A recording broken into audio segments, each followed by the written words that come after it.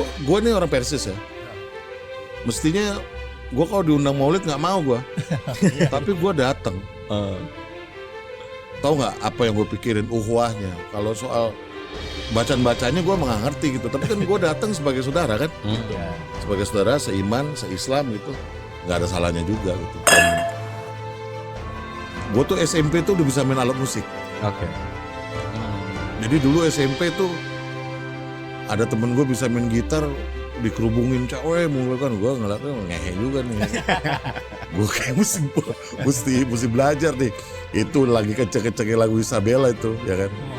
Akhirnya gue belajar gitar sendiri melalui buku.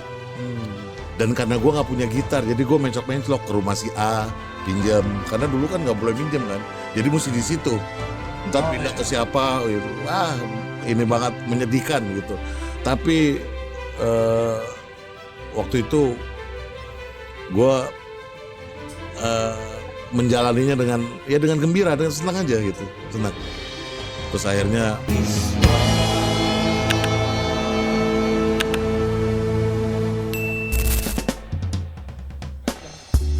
Assalamualaikum warahmatullahi wabarakatuh.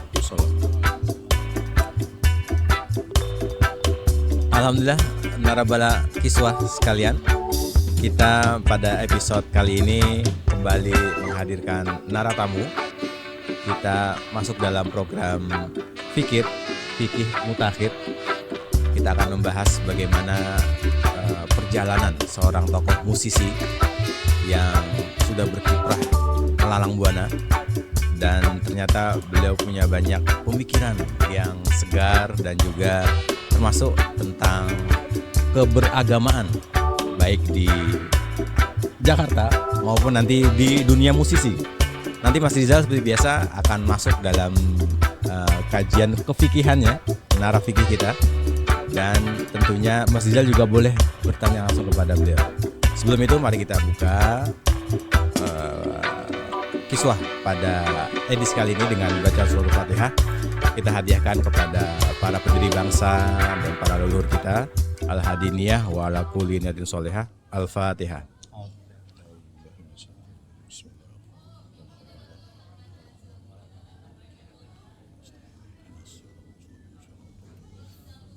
Amin amin ya rabbal alamin. Beliau ini adalah termasuk yang memberikan kontribusi besar bagi kiswah, terutama ketika kita memulai acara dan juga di akhir kita menyelipkan video klip berjudul Nikmat Mana. Iya. Nikmat Mana yang engkau dustakan, dari Keraton Band. Siapa beliau? Yaitu kita sebut Bang Muhammad Amiruddin atau Bang Amir Zidan. ya, Selamat datang Bang Amir. selamat datang. Assalamualaikum warahmatullahi wabarakatuh. Waalaikumsalam warahmatullahi wabarakatuh. Terima kasih banyak atas kesanggupannya dan meluangkan waktu buat kiswah Bang Amir. Iya, harus datang gue kan. Yang punya siapa nih? Ya, sama-sama. Dan sudah di episode 100 sekian belasan, kita juga masih setia untuk mendengarkan lagu dari Bang Amir.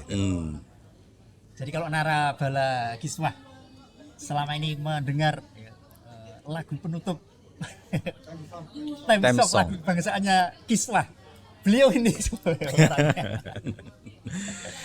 Terima kasih ini Bang Amir ini. Ya, sama-sama. Sebagai pembuka mungkin Bang Amir bisa bercerita tentang masa kecil dan bisa ke dunia musik itu bagaimana Bang Amir? Ya, gue ini terlahir dari keluarga yang sangat-sangat sederhana banget. Gue ini Betawi asli, nggak KW, nggak ada campuran. Jadi dia asli, dia Original. yoi 100% Betawi. Jadi bangga lah jadi putra Betawi, ya kan. Masa kecil gue tuh domisili gue tuh di daerah Jatinegara. Jatinegara itu kalau di Jakarta Timur tuh termasuk jantung kota Jakarta Timur itu kalau Jatinegara. Jantung kotanya ya, Jakarta Timur. Karena dulu kantor wali kota ada di situ. Kodimnya ada di situ gitu. Ya sekarang aja udah pindahkan ke daerah Cakung. Termasuk stasiun yang terkenal juga di situ ya. Iya kan ada lagunya di Jatinegara kita akan berpisah. Ya kan ada lagunya tuh. Gitu. Nah masa kecil gue tuh, nah ini gue jarang nih ngomong masalah masa kecil. Ini baru ini nih kayaknya. Eksklusif. Ya. Masa kecil itu gue umur kelas 3 SD itu umur berapa ya? Kira-kira 8-9 tahun ya. Ya. Gue tuh udah nyari duit sendiri loh. Tahu nggak ngapain? Jualan plastik di pasar, plastik kresek tuh. Nah di Jatinegara kan ada pasar Jatinegara kan? Mester. Ya. Nah, itu gue ngejajain plastik itu. Jadi kalau ada ibu-ibu keluar dari proyek, Bu plastik Bu. Seingat gue sih kelas 3 SD gue udah begitu. Sekecil itu. Nah. Dengan waktu. Yes. Jadi memang waktu itu kehidupan keluarga itu sangat prihatin. Jadi di umur segitu gue udah berusaha buat nyari duit sendiri. Sampai lulus SD. Jadi berapa tahun tuh dagang plastik. Apa aja dulu gue dagang komik lah. Nah, ini banyak orang nggak tahu nih. Ya. Terus menginjak SMP, gue masih kerja juga sampai lulus SMP. Begitu SMA masih tetap kerja. Terus udah mulai ngamen tuh, ngamen di kaki 5, ngamen di PPD. Dulu ada PPD 40, tahu nggak? Oh iya. Itu pintu air tuh, ya kan? Pintu air, ya. Iya, jadi dulu gue tuh SMP tuh udah bisa main alat musik. Oke. Jadi dulu SMP tuh ada temen gue bisa main gitar, dikerubungin cewek mulu kan, gue ngeliatnya ngehe juga nih. Gue kayak mesti belajar nih. Itu lagi kecek-keceknya lagu Isabella itu, ya kan? Oh iya. Akhirnya gue belajar gitar sendiri melalui buku.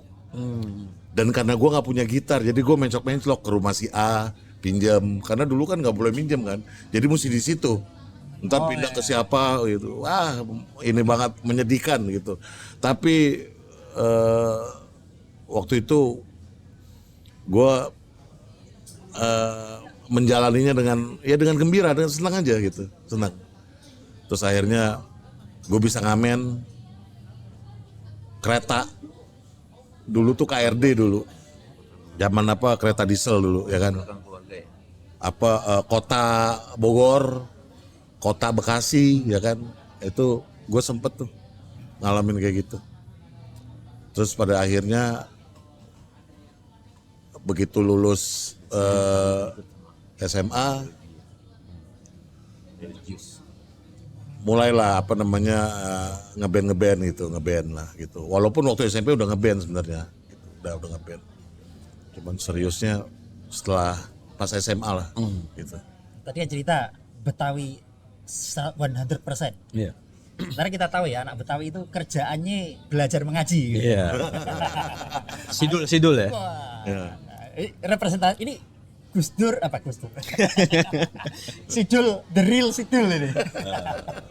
Nah, perlu mulai ini ya latar belakang keluarganya. Betul. Dengar-dengar dari organisasi yang apa nih? NU Muhammadiyah apa? Iya tuh ada yang lupa gue ceritain. Jadi dulu itu gue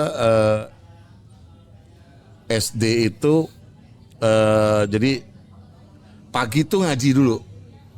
Pagi ngaji dari jam 7 pagi sampai jam 9. Setelah itu baru kerja. Jadi sebelum yang cerita jualan plastik macam-macam Ya tadi itu ngaji. Itu ada sampai 6 tahun loh. Di madrasah tuh sampai lulus. Terus ya karena bokap itu kan memang mau balik kan gitu. Bokap mau balik dari salah satu ormas organisasi Islam di Indonesia, termasuk yang besar sih itu Persis, ya? Persis benar. Jadi ya ilmu yang gue dapat dari Persis lah. ilmu yang gue dapat dari Persis lah. Makanya kan dibisikin nama Dani kan, nih ngomongin fikih nih. Ini fikih ini kan menggali apa yang kita lakukan di kehidupan yang berdasarkan hukum Islam, benar kan? Ya. Gitu. Itu yang gue tangkap gitu. Jadi memang ya pas aja gitu, pas aja gitu, kayak gitu. Dan memang Betawi itu kan secara kultur itu akrab dengan agama gitu ya, religius sekali lah, entah itu masyarakatnya, bahkan tadi ada pengajian. Dan sebenarnya Mas Rizal, saya dulu SD dulu juga ngaji di ustadz yang Persis. Ketika SD. Tapi kemudian berkembangnya waktu karena berbeda kultur, akhirnya pindah ke organisasi lain. Tapi artinya gini, bahwa di Jakarta kelompok-kelompok Islam itu kan banyak dan itu saling mensupport satu sama lain ya. Bang Amir melihat dulu dengan sekarang sama atau beda, Bang? Iya. Nih gue mesti tambahin ya. Kalau orang Betawi itu kita nggak bolos SD nih, nggak ada apa-apain. Begitu bolos ngaji, habis loh. Orang Betawi gitu. Lo nggak masalah lo bego di matematika, tapi kalau lo bego nggak bisa ngaji, wah lo kelewatan lo. Orang Betawi itu begitu. Itu intermezzo aja nih. Nah terus pertanyaan tadi, kebetulan gue kan berteman sama semua organisasi itu ya. Ada dari Muhammadiyah, ada dari NU, Al Irsyad, ya kan. Bahkan ini bicara Habib nih gue banyak banget. Bahkan Habib Bahar tuh teman gue. Gue akrab sama dia men gitu. Jadi sama siapa aja gitu kan. Dan makin kesini sih gue perhatiin makin terbuka lah ya. Nggak seperti dulu. Dulu tuh kayaknya gimana gitu ya gitu. Nah gue nih orang Persis ya. Mestinya gue kalau diundang maulid nggak mau gue. Tapi gue datang. Tahu nggak apa yang gue pikirin uhwahnya. Kalau soal bacaan-bacanya gue nggak ngerti gitu. Tapi kan gue datang sebagai saudara kan. Gitu. Sebagai saudara seiman, seislam gitu. Nggak ada salahnya juga gitu. Dan Persis itu sekarang udah nggak kayak dulu. Sekarang itu lebih fleksibel, moderat ya, lebih oke gitu. Jadi kayak gini aja deh. Contoh 212, semua ormas ada di dalam. Benar ya? Ini kita nggak bicara pergerakannya tuh. Tapi kita bicara mengenai semua ormas tumpah ruah di Monas. Itu mau apa aja ada di situ. Mau mazhab siapa aja ada di situ. Nggak ada keributan, nggak ada kerusuhan. Yang penting kostumnya putih ya. Yang penting. Jadi makin kesini, gue ngeliatnya sih makin oke ya, gitu. Makin bagus lah gitu. Nggak kayak zaman dulu gitu kan. Suka hal-hal kecil itu suka jadi masalah kan. Gitu. Jadi lebih baik sekarang ya sebenarnya ya. Oh iya dong. Dulu tuh ini loh agak sensitif loh, kan? Agak sensitif beneran loh ya kan. Maksudnya bisa jadi berantem loh gara-gara ngomongin agama gitu. Ya bener gak sih, ya kan? Makanya biar nggak berantem nonton kiswah. Ya kan, lu bisa pisah lo laki bini gara-gara ngomongin beginian gitu. Kalau nah, makanya sekarang gue melihatnya sih mungkin karena gini ya, open minded, maksudnya keterbukaan orang sekarang lebih terbuka ya ketimbang dulu mungkin ya gitu.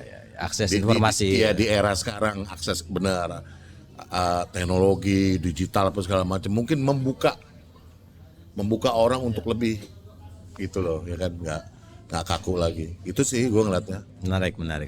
Ya. Kayaknya kita mulai perlu masuk ke musisi beliau. Nah sebelum itu aku punya pertanyaan Mas Rizal.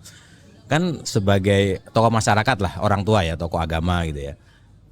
Ada nggak, kan banyak yang melihat bahwa dunia musik dengan agama itu kan berjarak gitu ya. Ada nggak petuah-petuah atau nilai dari orang tua yang khusus buat Bang Amir itu menjadi musisi itu bagaimana itu? Apalagi Persis gitu ya.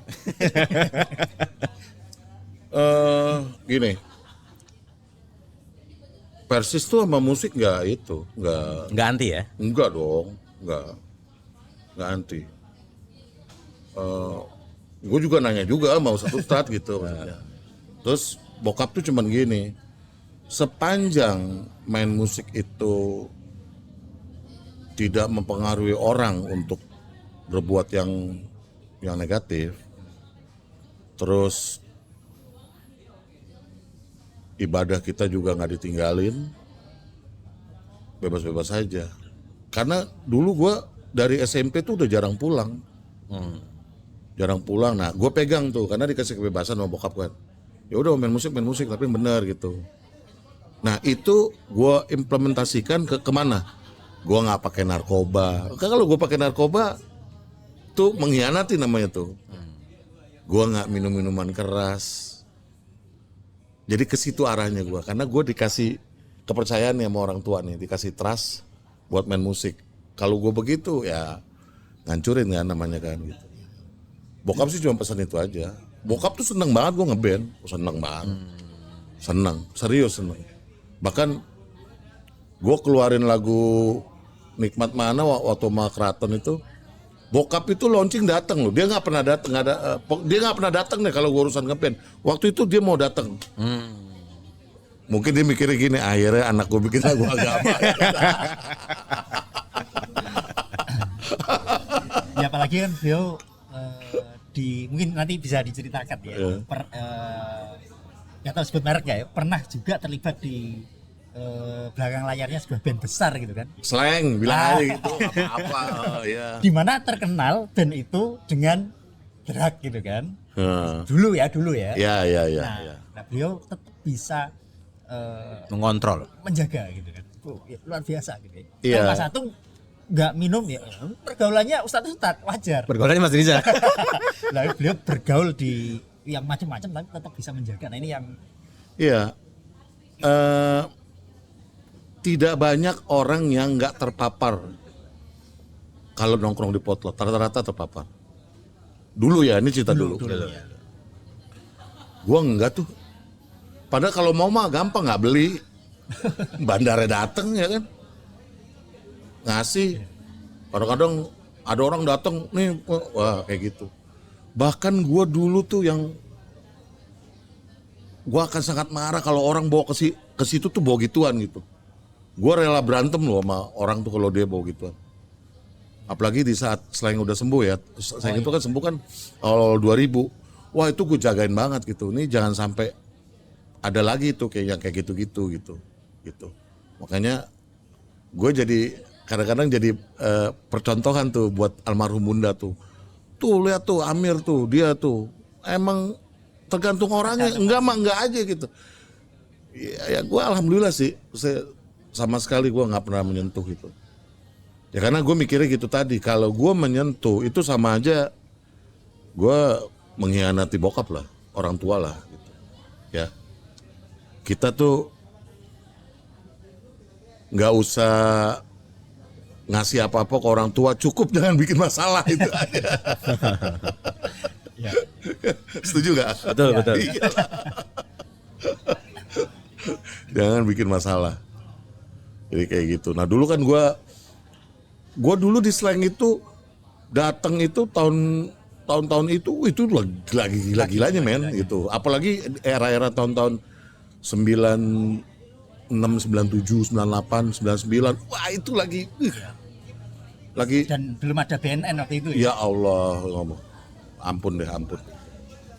Nah, kalau boleh tahu caranya Bang Amir tidak terpapar itu selain menjaga petuah orang tua, bagaimana Bang? Pasti kan ada gangguan atau ada banyak hal yang sulit lah ya. Ya usia segitu kan mungkin pengen coba-coba gitu ya. Terus terang aja nggak ada tuh keinginan buat nyoba, demi Allah beneran loh, nggak ada. Jadi gue pegang kepercayaan bokap aja gitu sama nyokap. Maksudnya jangan sampai gitu. Karena gue mikirnya ntar make nih, terus ketagihan, kan beli, emang nggak pakai duit ya kan tuh. Terus belum kalau ada masalah ya kan apa segala macam. Waduh, maksudnya udahlah minimal gue nggak menimbulkan masalah lah gitu kan. Pragmatis pertimbangannya. Iya, jadi buat gue tuh bukan karena ada apa gitu trik tertentu tips tertentu gue mesti ngapain.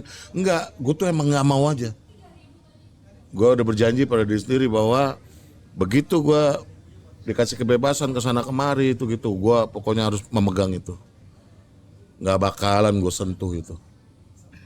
Zaman dulu gue bisa ngelinting loh.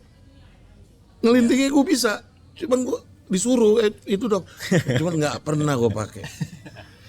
Beneran gitu. Jadi ini satu bukti ya bahwa lingkungan itu jangan disalahin juga. Kan tergantung orang ya. Iya. Ya kan? Lo berteman sama perampok, masa lo mesti ikut jadi perampok sih kan? Enggak juga kan? Ya, ya. Tergantung memegang prinsip itu ya. Oh iya dong. Gitu. Kalau menurut Bang Amir sebagai musisi nih ya, kan pasti semua musisi punya banyak orientasi gitu ya. Kalau Bang Amir sendiri orientasi musisinya kemana Bang? Bagaimana Bang?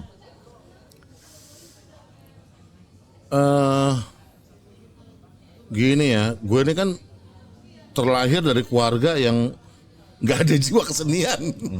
Di keluarga gue tuh nggak ada yang doyan musik tuh nggak ada gitu. Paling abang gue almarhum pertama ya cuma dengar-dengar begitu aja. Tapi kalau dari nasabnya nih ya itu nggak ada, musik tuh nggak ada gitu. Orang Betawi itu jarang. Atau mungkin yang kori, muadzin atau yang Apa? kori yang pinter kiroah mungkin. Oh iya. Suara. Nah, kalau itu ya. darahnya di situ berarti. Kalau itu ya. Itu kebetulan adek bokap tuh kori. Dan gue pernah sekolah kori, men. Gue ini pernah, gue gak bohong beneran. Jadi gini, bokap dulu tuh pengen gue jadi kori sebenarnya. Terus gue dititipin lah sama satu ustadz nih. Dia itu masih circle-nya, tahu ini gak? Kayak Haji Muammar Z tahu. Iya. Itu masih circle-nya. Legend itu. Itu legend banget kan gitu kan. Cuman gue gak kuat aja. Gue bilang ini udahlah jadi penyanyi aja. Sempet gue dititipin. Ada dulu Ustadz Sidik namanya. Ini anak gue nih jadi ini. Sempet belajar tuh. Tiap seminggu sekali datang. Pernapasan, gurah, apa segala macam gitu kan. Iya gitu. Makanya gini. Ini beneran loh. Orang kalau bisa ngaji nyanyi ya. Mahrot saya bagus. Pasti nyanyi enak suaranya. Bisa dipastikan. Tapi penyanyi dia nggak bisa, belum tentu bisa ngaji. Jadi berangkat dari ngaji itu ya. Iya, dari ngaji. Karena dulu gue kecil nih, udah yang berani azan di mana-mana gitu. Beneran itu, beneran. Ikut lomba azan. Jadi ini terjawab sebenarnya kenapa banyak penyanyi jarang yang berani tampil azan. Makanya yang azan Allahu Akbar. Soalnya belum tentu bisa ada. Iya. Kalau mau ada nyanyi bisa. Iya. Terus inget gue dulu kalau waktu SD tuh kalau guru nanya, ayo saya mau nyanyi, gue tuh paling depan loh men. Beneran. Saya bu. Wow. Tapi giliran siapa mau ngaji? Ayo Amir maju. Iya, begitu sama kayak gue dulu SMP bahkan jadi asisten guru agama loh gue. Gue serius, gue gak bohong. Ya. Jadi kalau ada pelajaran agama yang bahasa Arab gitu, gue tuh yang nulis di papan tulis. Ya. Mir, silakan. Oh iya, zaman dulu kan ada budaya gitu ya. Ada anak yang punya potensial kelebihan tertentu, dia suka disuruh nulis, suruh baca. Iya. Dan gue dulu yang ketua Rois gitu, zaman SMP dulu. Iya.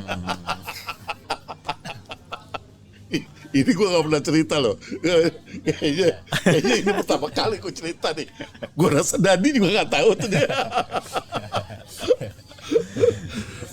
Gitu sih, ya, seru aja, seru aja. Jadi orientasi musisi bagi Bang Amir bagaimana? Ya gini, terus terang aja, gue tuh sebenarnya punya mimpi, kan boleh kan punya mimpi kan. Gue tuh pengen berhasil di musik gitu kan. Bisa menghasilkan, bisa nyenengin orang tua gitu kan. Dan ternyata bukan gue ngebandnya, tapi memang masih ada urusan musik.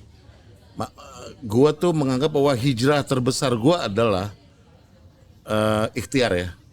Gue nyebutnya ikhtiar lah. Ikhtiar terbesar gue adalah begitu gue di Slang. Itu yang gue tuh bisa membiayai diri sendiri, bisa ngasih ke orang tua, bisa membiayai ponakan-ponakan sekolah gitu. Ini bukan bermaksud ria nih, maksudnya ada beberapa ponakan itu yang gue sekolahin sampai lulus SMA, ada berapa anak gitu kan. Itu akhirnya tercapai juga sebenarnya, walaupun bukan karena gue nyanyi gitu, tapi gue nggak berhenti nyanyi, gue tuh nggak berhenti gitu, gue main musik nggak berhenti. Terus malah sebulan lalu gue baru ngeluarin single tuh, Gerimis ya kan, tahu nggak tahu ya? Belum. Nah, gue punya band baru namanya Gerimis. Ntar deh lo denger deh. Harus nih. Nah, maksudnya passion gue tuh emang di situ gitu. Gue kayaknya nggak akan pernah hilang gitu loh, nggak akan pernah hilang. Malah ya kayak sekarang kan lebih ke produser ya kan di situ-situ juga kan gitu, nolong orang gimana caranya bisa masuk ke industri kayak gitu-gitu kan gitu. Jadi kalau ditanya gue lebih kemana musik, sebenarnya pengennya berhasil gue sendiri gitu, tapi kayaknya Allah menentukan lain ya kan. Nih begini aja Mir gitu, udah bener nih begini nih gitu, ya udah gitu. Jadi ya gue jalanin aja kayak gitu. Toh bermusik gue nggak berhenti kok, mesti masih Menjadi jiwa ya. sampai sekarang ya. Bahkan gue nggak usah sebutin ya, ada beberapa band itu yang dari nolnya tuh mereka mau gue gitu sampai mereka berhasil sekarang, sampai punya rate yang bagus beneran gitu. Di bawah bimbingan Bang Amir ya. Ya gitulah pokoknya. Kalau tadi bicara soal drugs ya, narkoba, godaan seniman, terutama seniman selebritis gitu ya, yang ngetop itu satu, narkoba. Yang kedua politik, Bang. Gimana tuh Bang? Sebenarnya kurang satu, Apa lagi? perempuan. Tiga berarti ya. Drug, politik dan Nih kita ngomong bukan nggak apa-apa kan di sini kan? Oh, nggak aman apa-apa. ya. Maksudnya ya walaupun nggak inilah. General ya. Gue ini nggak narkoba, nggak alkohol, tapi cewek gue banyak dulu men. Dia tuh ada kesono deh. Gue beneran pacar gue dulu banyak banget. wah. Beneran. Di mana cewek gue di kota ini ada. Jadi, Karena jago main gitar juga kan. Anak-anak kecil gitu. nggak mempan narkoba sama perempuan takluk. Ya. Ya itu salah satunya itu. Gini, gue ngomong kekencangan ke sini, kayaknya kenceng gue ngomong ya. Iya. Belum. Enggak ya.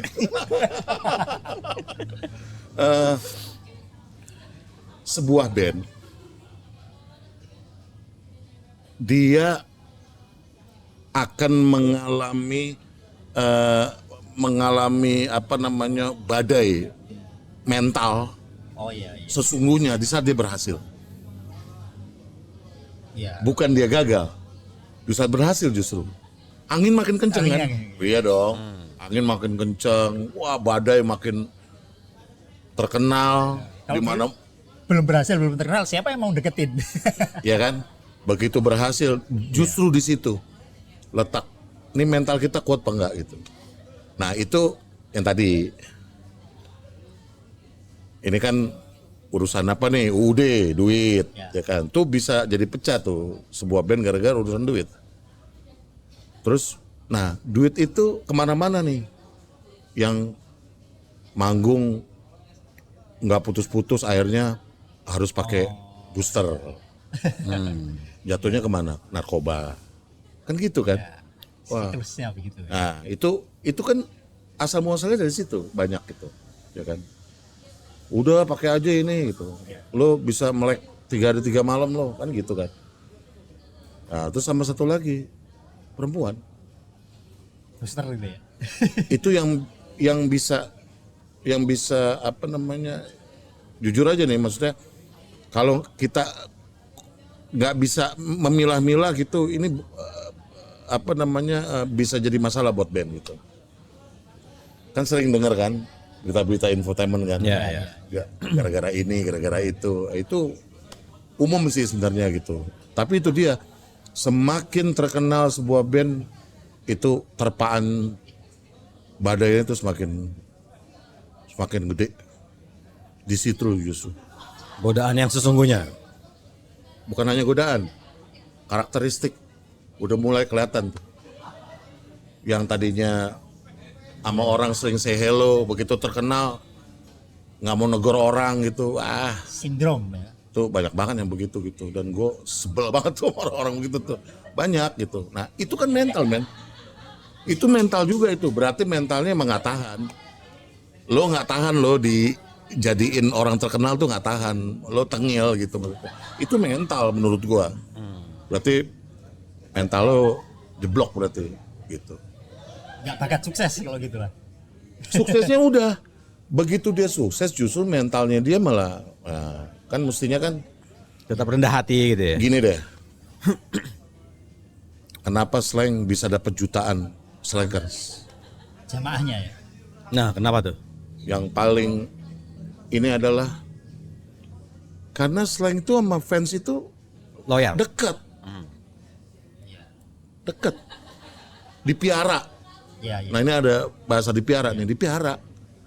Slank itu dulu rela loh datang ke satu tempat hanya untuk meresmikan sebuah fans club. Nggak dibayar, duit sendiri. Akhirnya panennya sekarang kan. Slank mau ngeluarin lagu cuman ngomong doang gitu, didengar sama, karena emang udah nggak kemana-mana tuh. Iya, Gitu. Dulu gue nih tugasnya adalah bikin acara jumpa fans setiap Rabu Jumat. Gue ngatur tuh, nanti Rabu Kakak masih apa, Jumat Mas Bim Bim masih apa. Bertahun-tahun men gue ngatur itu. Di Gang Potlot itu. Iya. Orang bisa datang, bisa tanda tangan, bisa foto, bisa ngobrol, apalah segala macem gitu. Jadi mentalnya sudah terbangun ya sebelum terkenal ya. Iya dong gitu. Dan jiwanya kan rock and roll juga, jadi nggak norak lah gitu kan. Nggak ada yang norak kan. Kalau Slank emang enggak lah ya kan.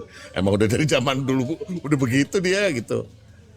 Jadi itu, jadi memang ngebangun band gampang. Begitu terkenal, mempertahankan itu gak gampang men. Banyak hal yang mesti ada keterkaitan, manajemen. Ini manajemennya bener gak gitu. Terus tim-tim produksiannya apa segala macam gitu, itu keterkaitan gitu. Iya. Keterkaitan gitu. Nah ini sebenarnya ada urusannya, kalau kita ngomongin Vicky ini sebenarnya ada kolerasinya juga tuh sebenarnya. Serius beneran ya kan. Serius. Jadi nggak banyak orang tahu kalau ini kita bicara Slank ya, nggak banyak orang tahu kalau Slank itu kita ngobrol-ngobrol tuh sering ngobrolin agama lo beneran. kan nggak tampil ke publik tuh. Iya. Ya kan? Iya. Ngobrol tentang ini namanya sholat sunnah apa sih? Yang paling sederhana deh gitu. Kayak gitu. Terus sebenarnya puasa Idul Adha itu 1 per 2 hari sih. Kan kalau kita nggak ada ilmunya kan sembarangan jadinya kan, gitu. Nah untuk hal-hal yang basic, gua anggap basic itu ya, maksudnya insya Allah, alhamdulillah gue tahu gitu. Jadi gue suka ngomong kayak gini deh. Waktu itu Slank mau kolaborasi sama almarhum Ustadz Arifin Ilham. Ya almarhum ya. Mau kolaborasi. Waktu itu kalau nggak salah di Bandung. Enggak, Arifin Ilham.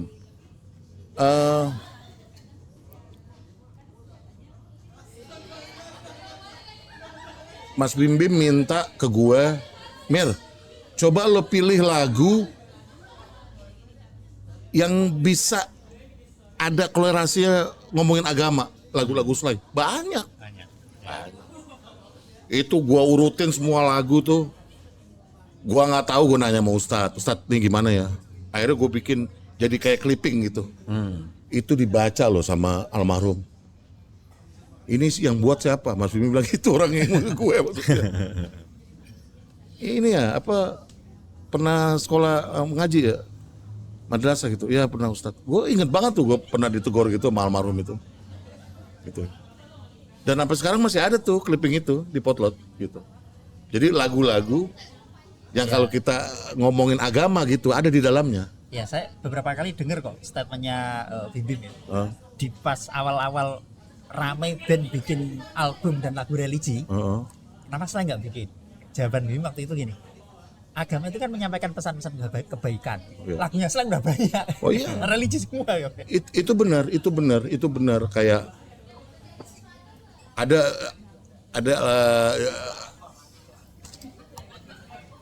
Wah, ini loh. apa jadinya aku andai kamu gak ada. Itu kan kesannya kayak Sama perempuan ya. Tapi kayak padahal kan itu kesannya di atas kan. Tanpa kamu aku bukan apa-apa. Ngomongin nyokap, surga, Bakti orang tua. telapak kaki ibu, kan gitu kan. Jadi tanpa disadari gitu ya, itu banyak orang nggak tahu bahwa kalau kita ngomongin lagu slang itu banyak juga yang bisa kita gali sesuai dengan agama gitu maksudnya. nanti perlu ada syarah lagu-lagunya slang. Ada skripsinya teman saya. Skripsinya apa itu? Dulu dia mikir pas mau skripsinya dakwah. Jadi mau menggali. Duluan ya. Oh, silakan. Menggali dari perspektif agama.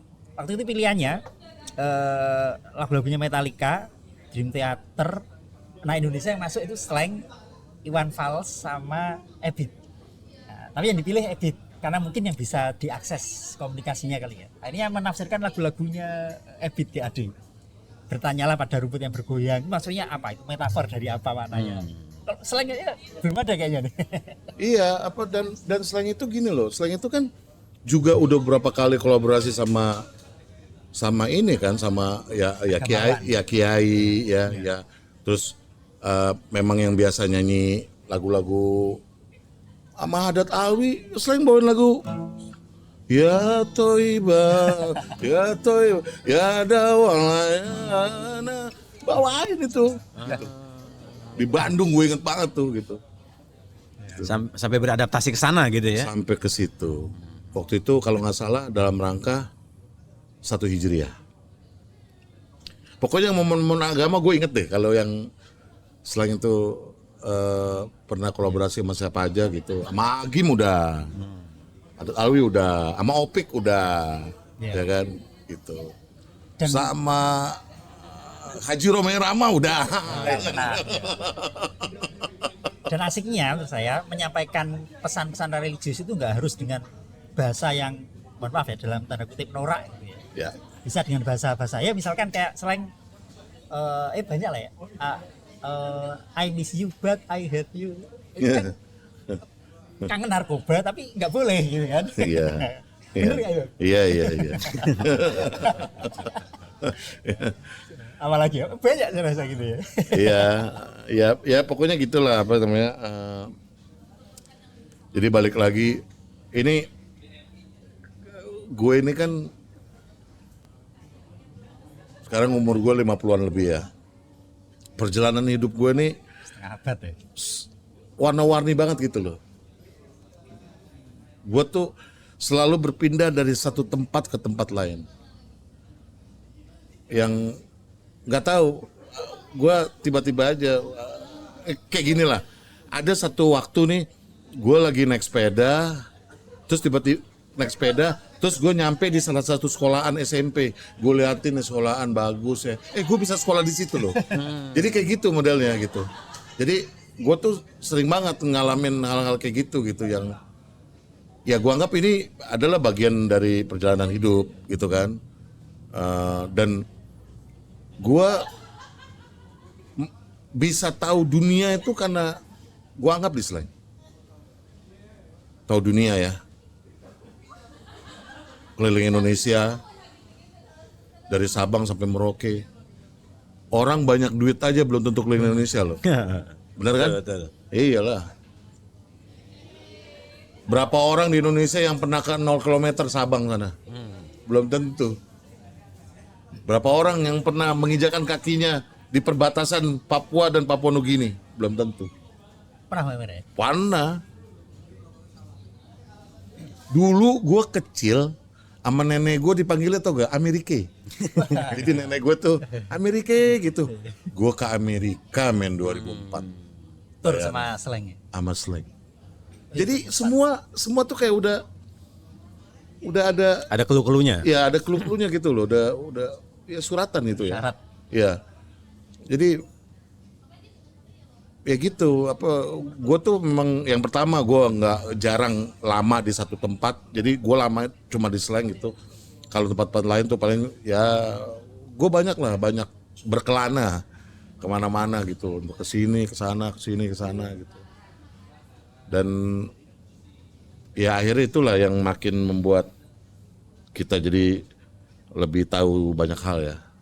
Dan membuat mental Dan Bang Amir. itu baru gue mau ngomong, jadi lebih kuat juga kita menghadapi kesulitan gitu, mental kita jadi lebih kuat gitu kan ya, karena kita udah ketemu tuh yang gitu-gitu.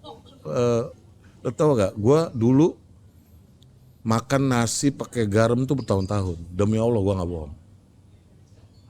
Oh, Garam diaurin tuh. belum ada MBG soalnya. Iya, belum ada MBG. Masih jelas seneng banget kalau bahas ini. Iya. Jangan. Terus dulu tuh telur dadar tuh kan gue kan 8 bersaudara ya. Telur dadar 1 biji dipotong tuh Dipotong-potong. jadi 8. Bayangin aja zaman itu gitu. Dulu bokap tuh supir oplet. Lu tau oplet kan? Iya, iya. Oplet Sidul tuh. Dulu bokap tuh supir oplet. Tahu kan orang ngajar ngaji berapa dapetnya sampai sekarang. Ya kan? Tapi anaknya jadi semua akhirnya ya. Ya alhamdulillah. Maksudnya pada akhirnya ya kita jadi gue nih jadi ngelihat bokap juga gitu kan. Saya dengan perjuangan ini segala macam gitu. Nah balik lagi nih, kalau gue terus jadi narkoba gitu apa enggak Iya. brengsek tuh ya kan gitu. Kan gila banget gitu loh ya kan gitu. Luar biasa. Iya gitu. Nah berarti naik belum terjawab tadi itu. Apa tuh? setelah punya slanker, katakanlah kalau di dunia agama itu kan jamaah ya, udah jamaahnya banyak, nah, godaannya kan politik loh. Oh, nggak agak gini. Gue mau ngomongin secara general aja ya, gitu. Maksudnya nggak ngomongin satu grup band gitu. Iya. Kan saya tadi nggak mau nyebut merek, Bang Emir sendiri. Iya. Nggak gini, gue tuh salah satu orang yang gue nggak sependapat kalau ada public figure yang sudah dimiliki banyak orang. Public figure itu kan berarti kan dia tuh milik Udah milik masyarakat loh. orang. Public domain ya. Iya, itu kan. Yang dia tuh memihak. Berpolitik itu kan memihak. Ya. Iya. Nih kita ngomongin politik ini ya, Politik kan praktis. politik banyak nih ya kan. Politik apalah, ini politik yang ini memihak. Nah itu gue salah satu yang gak setuju. Karena buat gue seniman itu salurannya udah jelas, karya. Buat gue tuh udah karya aja, lo mengkritik lewat karya, terus Mengubah lewat lewat karya gitu. Termasuk apresiasi juga dari karya gitu. Iya dong gitu. Jadi gue sampai sekarang termasuk proses seniman yang gue nggak setuju kalau ada sebuah band atau public figure yang masanya di mana-mana terjun ke politik praktis terus memihak gitu, gua nggak gitu. Tapi kan bisa beralibi begini bang. Sejauh ini saya udah berjuang lewat musik kayaknya kurang bisa maksimal karena ya bagaimanapun juga ya regulasi lewat legislatif, keputusan lewat eksekusi lewat eksekutif misalkan. Ya kalau saya cuma nyanyi kayaknya nggak maksimal. Biasanya kan alibinya begitu bang. Ini sebenarnya sebentar Bang Amir, sebenarnya Mas Dia ingin berkata bahwa Ustadz pun demikian. Ustadz kalau cuma ngajar itu perubahannya nggak kerasa, tapi kalau dia udah ke politik dia kayaknya perubahannya dahsyat. Mau nggak Bang Amir? Gini. Nah, ini kayak Ustadz kan sama nih. Maksudnya dikenal Jamaah banyak punya, orang ya, punya jamaah. Ya basis massa. Gue mau nanya dulu, tujuan berpolitik mau ngapain? Ya.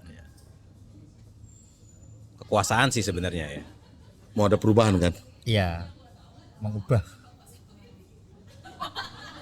Jikalau si A nih didukung, tolong pilih dia gitu. Terus nggak berubah gimana? Ya. Zong ya. Atau yang justru terjadi malah sebaliknya, dimanfaatkan sebagai mesin Itu gue makanya penarik suara. nggak hanya seniman ya, gue juga mau balik itu gue nggak setuju kalau dia terjun ke Partai politik. ya. Politik praktis. Kalau dia mau ke partai politik itu mending berhenti jadi mau balik. Kalau gue gitu. Nah itu kan saya rasa di semua ormas begitu ya. Di NU, di Muhammadiyah kalau terjun ke politik praktis nyalon tidak boleh harus melepas jabatan dulu kan. Iya dong, gitu. Karena ya begitu lo memihak itu gimana tuh orang yang nggak mau gitu memilih yang dia minta gitu.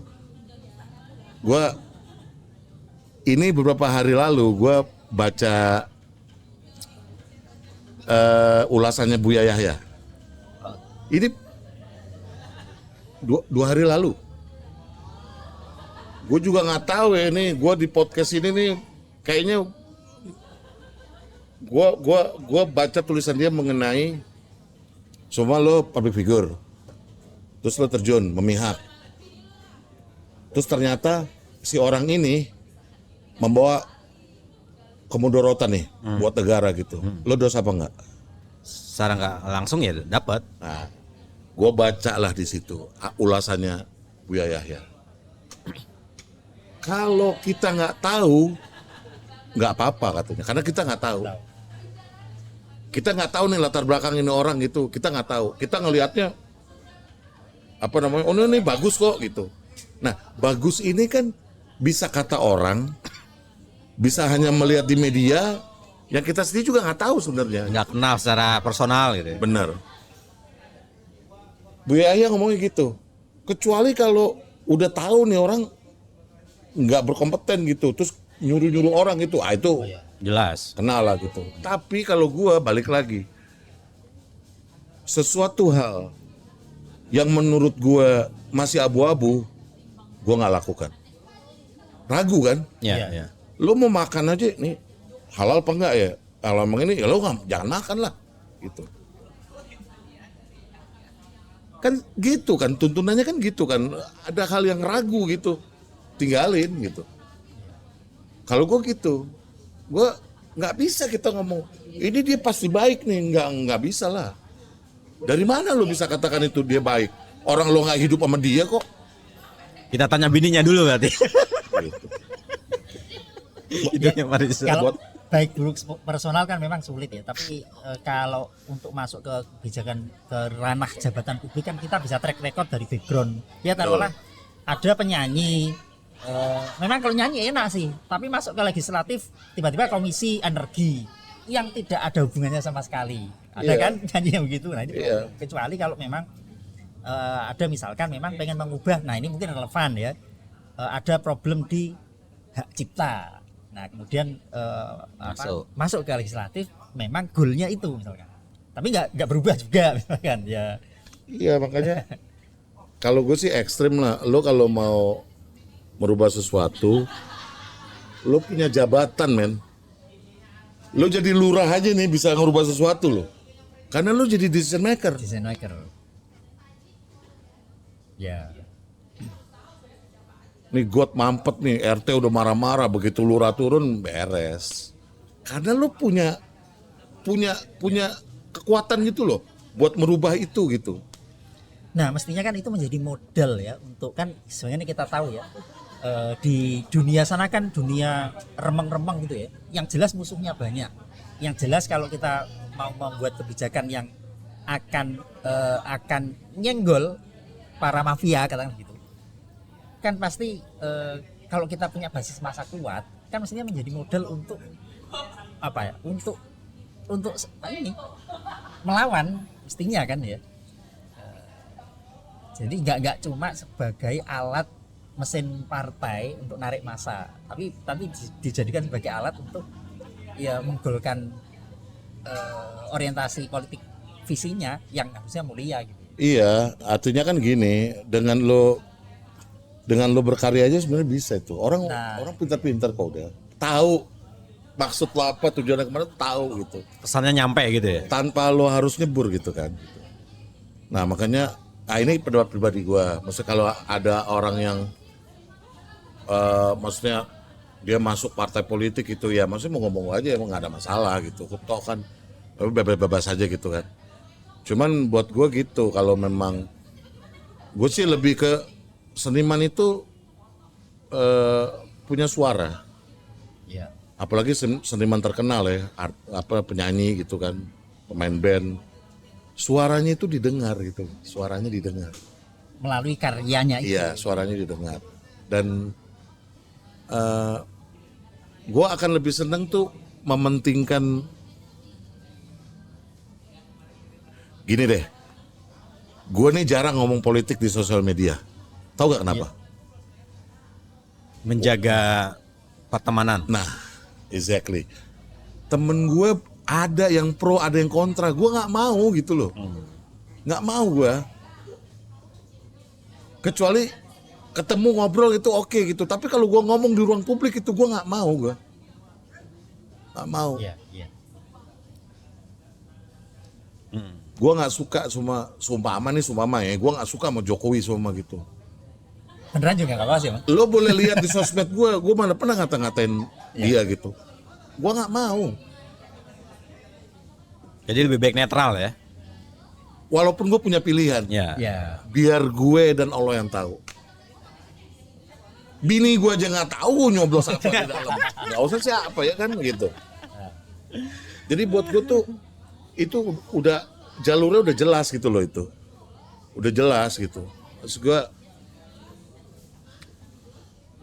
di luar negeri juga ada, pada artis, pemain film, pada Praktis gitu ya. Iya, tapi mereka tuh udah bukan belajar demokrasi lagi tuh.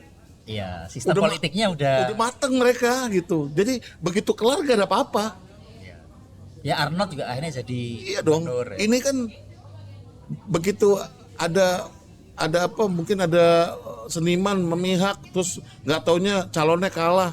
Ini sama yang menang nggak dikasih manggung, nggak dikasih apa, kan begitu di sini. Iya, iya. Itu salah satu yang gua gedek tuh itu gitu maksudnya. Tapi kalau menang nggak cuma dapat panggung, komisaris, Bang. Gua nggak tahu ya kalau ada yang dapat komisaris, nggak ngerti gua. Ini misalnya, Iya. kata Mas Atung misalnya. Iya. Buat gua tuh udahlah, apa namanya? Gue pernah ditawarin buat apa namanya, nyalon legislatif. Gue pernah ditawarin sama salah satu orang, gue nggak bisa sebutin orangnya. Lu bawa badan aja, semua gue yang urus. Gue diam aja. Ada berapa hari gue merenung gitu, akhirnya gue ngomong sama dia, gue nggak mau. Lo kenapa nggak mau? Gue nggak mau, gue masuk legislatif begitu, gue nggak bisa ngapa-ngapain, gue bilang. Dan bukan bidangnya juga. Satu itu, gitu. Satu itu.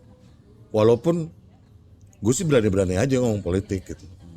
Maksudnya mau debat pun gue berani gitu maksudnya. Tapi ranahnya memang bukan ranah gue gitu. Terus satu lagi, kalau jadi anggota dewan menurut gue, lu nggak bisa ngapa-ngapain, men. Nggak bisa. Masih ada atasannya lagi. Lu begitu ketua partainya bilang no, ya no lah. Nggak bisa lah. Nggak bisa. Jadi lobby regulasi sebenarnya bukan di parlemen ya, tapi di ketua partai. Kata Bambang Bajul. Kalau mau jadi ketua partai.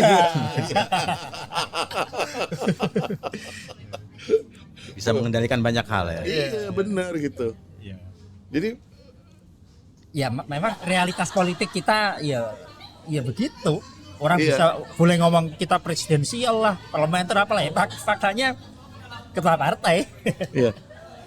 Lo tau gak pemilu yang lalu 2024 nih, Pilpres ya. Gue tuh membantu mereka loh semua. Kubu-kubu itu. Gue ada kerja di salah satu brand sound system. Semuanya gue support. Nomor 1 gue support, nomor 2 gue support semua. Teman-teman gue tuh semua gitu. Terserah deh mau siapa yang ini gitu. Bukan gue maksudnya mau cari aman, enggak. Tapi gue memang nggak ada urusan gue gitu, nggak ada urusan. Nih lo gue support sound system ya, biar acara lo enak gitu. Gue begitu. Begitu. Dan satu hal yang paling gua menghindari adalah berdebat soal politik. Gue paling itu males. Paling males gue berdebat politik tuh. Buat gue tuh nggak ada artinya buat gue tuh, iya benar. Nah, mungkin Bang Amir dalam perjalanan dan pengalaman ada pesan buat para musisi, mungkin musisi muda yang setiap 5 tahun sekali itu pesta rakyat itu melibatkan musisi gitu Bang. Mungkin ada hal yang bisa dibagi Bang. Ya gini, gue kan beberapa kali tuh, gue kan aktif di TikTok ya. Wah, TikToker juga ternyata. Ya gue aktif sangat di TikTok. Gue tuh sering diundang di podcast kayak gini. Sering banget gue diundang. Gue di setiap komalan itu, gue selalu ngomong gini. Gue ini punya experience, punya pengalaman.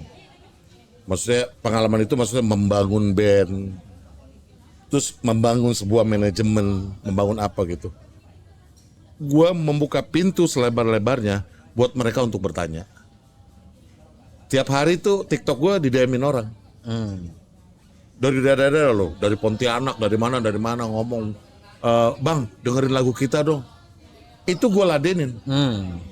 Karena gue nggak mau juga dengan kemampuan yang gue miliki gitu, maksudnya gue bawa mati gitu ya, terus gue nggak ngasih tahu orang gitu, nggak boleh lah, nggak bisa itu. Gue akan kasih ilmu itu, nggak ada satupun yang gue rahasiakan, gue kasih tahu lah ke mereka.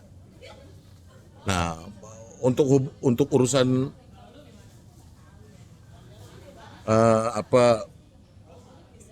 lo kan ngomong Pilpres yang akan datang nih, ya kan? Iya. Gue sih lebih kayak gini lah. Kalau emang band gitu mau mending menghibur semua kandidat tuh. Ya dong, ya kan. Jadi bukan hanya di satu itu lo hibur. Gue ini pernah bikin namanya Komunitas Reggae Indonesia tahun 2011. Kita bikin grup namanya Family. Di dalamnya tuh ada Tresno Tip X, ada almarhum Tepeng segala macam. Dan gue pernah manajerin Coconutris 3 tahun gue. 3-4 tahun ya, pokoknya sekitar. Reggae itu kan nggak kemana-mana tuh. Iya. Tapi acara apa tuh ada pasti. ya. Mending gitu, lo cari nafkah, cari rezeki nih gitu. Lo main deh, mau kandidatnya siapa kayak gitu. Nggak pakai kaos si kandidat. Kita cuma menghibur doang. Profesional. Buat gue itu yang benar buat gue. Buat gue begitu. Tahu deh, lo berdua setuju gak pendapat gue? Kalau buat gue sih begitu. Gitu. Kalaupun lo mau kasak kusuk itu di belakang aja. Nggak perlu tuh orang-orang tahu itu nggak perlu gitu. Buat gue tuh nggak perlu gitu. Jadi buat gue tuh malah buat gue satu kewajiban. Apalagi di perhelatan begitu ya, orang kasih hiburan lah ya kan gitu. Orang kasih hiburan. Yang terjadi itu dari tahun 2014 2019 ya sampai kemarin 2024 itu antar musisi aja kata-kataan men itu gak enak banget tuh gitu. Buat gue tuh apa ya? Sudah keluar dari core-nya ya. Buat gue tuh apa? Gue juga bingung gue apa nyebutnya kayak gimana tuh. Maksud gue harusnya nggak begitu gitu harusnya nggak begitu. Jadi ya tau lah lo mungkin baca komen dari mana gitu kan gitu. Allahu Akbar gue bilang. Dan ada yang berkepanjangan loh. Yang ini sama ini nggak teguran gitu. Sampai gitu loh. Kan norak banget kan. Bener gak sih? Gitu. Norak banget loh. Lo tahu gak sih orang bisa cerai gara-gara pilpres, tahu lo? Pernah dengar nggak? Kalau di grup keluarga sampai keluar dari grup gitu. Minimal itu. Enggak, cerai nih laki bini. Pernah dengar nggak? Itu temen gue. Gara-gara 0102. Itu tolol kalau gue bilang. Iya benar. Maksud gue. Terus setelah ini menang, terus lu jadi apa emang? Lu jadi Batman emang gitu maksudnya gitu kan enggak juga kan gitu. Nah maksud gue tuh ada hal-hal yang buat gue tuh nggak, jangan sampai itu kan gini ya, kalau ada masalah gede dikecilin, ada masalah kecil dihilangin lah kan gitu. Kan kalau kita berpikir simpel gitu kan, apalagi orang-orang udah berumur, udah dewasa nih, kayak kalian nih kan, gue ini udah pria-pria dewasa lah. Jadi kalau ada hal-hal yang ngapain sih, maksudnya norak-norak ngapain gitu, maksudnya ngapain? Nih hidup udah sulit nih men, lu bikin itu lagi lo geblek lo.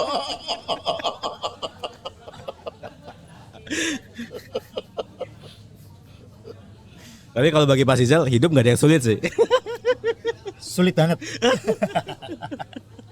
Aduh, ya gini, gue tuh punya tongkrongan ya di pinggir Kali Ciliwung. Lo tau Kali Ciliwung dong? Iya.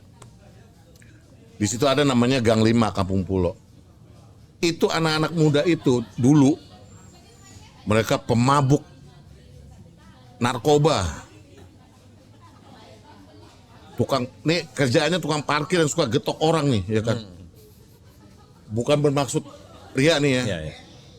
Itu gue insapin semua mereka tuh. Beneran. Caranya gimana bang? Pendekatan lah. Gue bilang lo punya anak kan? Ya.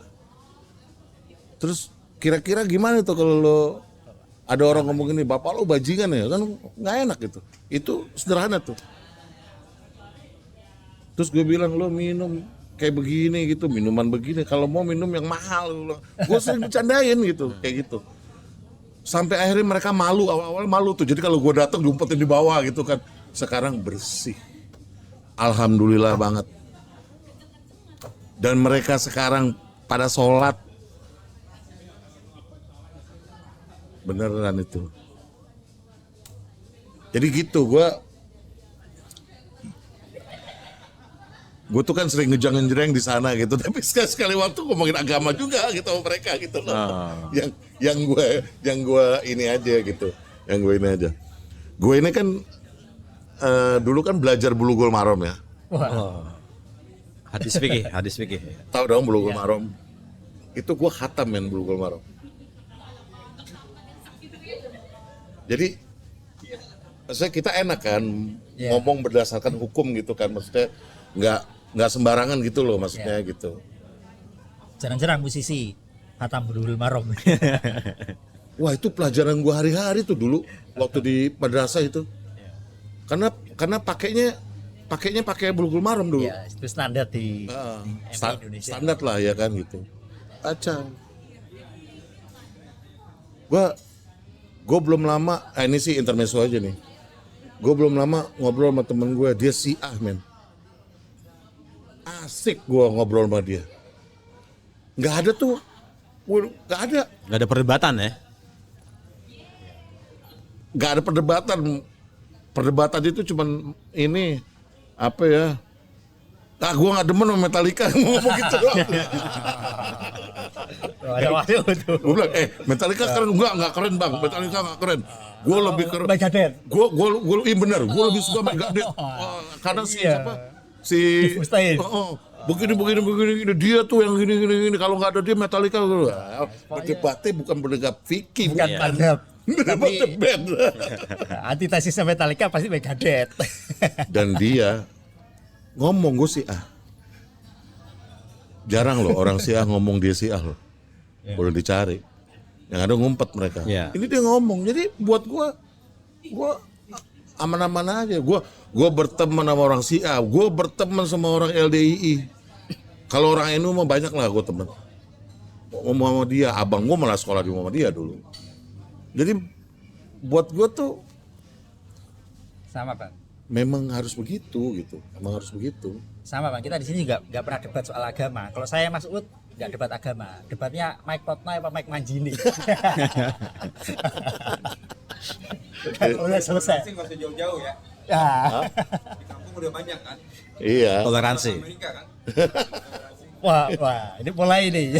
Iya, maksudnya gitu. Maksudnya kita, gue nih gini, gue tuh alhamdulillah gue banyak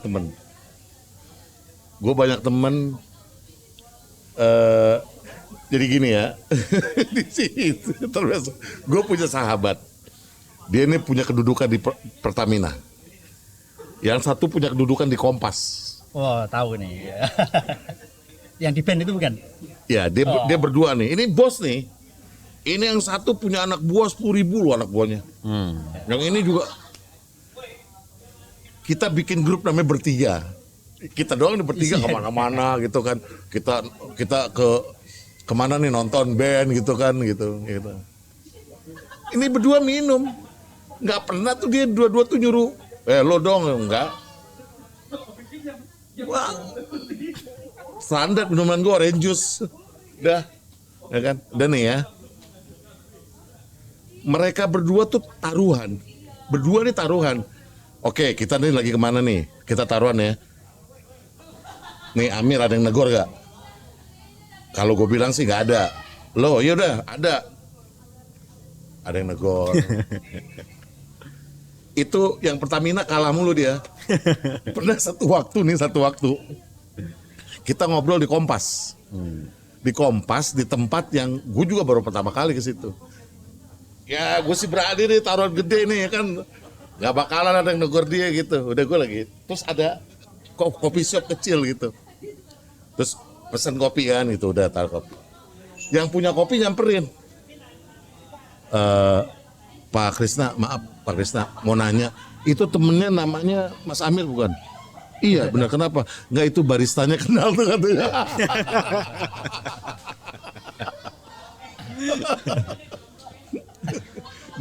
Gue ke Solo dan sama mereka dan bertiga, ya. Gue ke Solo nih bertiga sama mereka nih. Kita lagi nongkrong di itu di apa Kesultanan situ loh, apa namanya? Ada tuh Solo tuh, gue lupa. Kita lagi nongkrong, itu daerah antah berantah, maksudnya kita nggak pernah nongkrong di situ, ada orang lewat. Wih, mampir di sini, maksud gue bukan menyatakan gue terkenal, maksudnya gue punya banyak temen di mana-mana, maksudnya gitu. Punya banyak temen, kita kan banyak temen. Insya Allah kita nggak susah loh, beneran ya kan. Nah, gue tuh melakukan itu, gue banyak temen aja deh daripada lu gitu kan pasti ada musuh kan pasti kan, ada haters pasti. Oh ada. Lu begitu main pilpres haters lo ada gitu. Nah, gue nggak mau itu. Malah menambah beban ya. Nggak mau gue nggak mau gitu. Gue mau udah bye-bye aja maksud gue gitu. Ya mungkin orang akan enggak Amir lu juga salah karena itu kan pilihan. Iya betul gitu. Ini pilihan gue. Gue tuh nggak mau kayak gitu. Jadi bahan perdebatan. Kitanya jadi kata-kataan gitu segala macam. Cebong lah, kampret lah, apalah. Itu buat gue norak men, beneran lo, asli norak. Sekarang kaum 58 sekarang. Norak banget, beneran norak. Buat gue Indonesia tuh harusnya tuh nggak gitu buat gue tuh. Ini negara berkembang bukan negara maju. Kalau lo ribut melulu, kawan bajunya. Nggak ada berkembang mulu ya kan. Berkembang itu bahasa halusnya dari negara terbelakang. Iya, itu Diharuskan yang anu aja sebenarnya tuh berkembang tuh bahasa yang anu aja biar sebenarnya. pantas. Iya, biar pantas lah gitu. Ya maksudnya gitu kan gitu. Ya maksudnya Jadul, gitu, jadul. gitu. Ini ngomong-ngomong udah lebih dari sejam kali ya. Lanjut. Awan. Gitu. Masuk ini soundtrack kita nih. Wah. Ngobrol lagi. Nah, saya punya pertanyaan gini, Bang Amir. Bang Amir sudah berkiprah di dunia musik lama dan juga tentunya masih mengamati dunia mubalik, dakwah gitu ya. Ada nggak personal seorang public figure yang bagi Bang Amir ini top, ini orang keren yang perlu menjadi contoh dan anak muda harus tahu? Mungkin bisa disebutkan, Bang, sebagai teladan lah ya.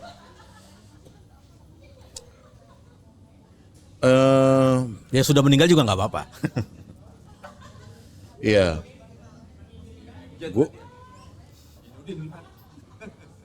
Gue tuh ngefans sama almarhum Ustadz Arifin Ilham. Buat gue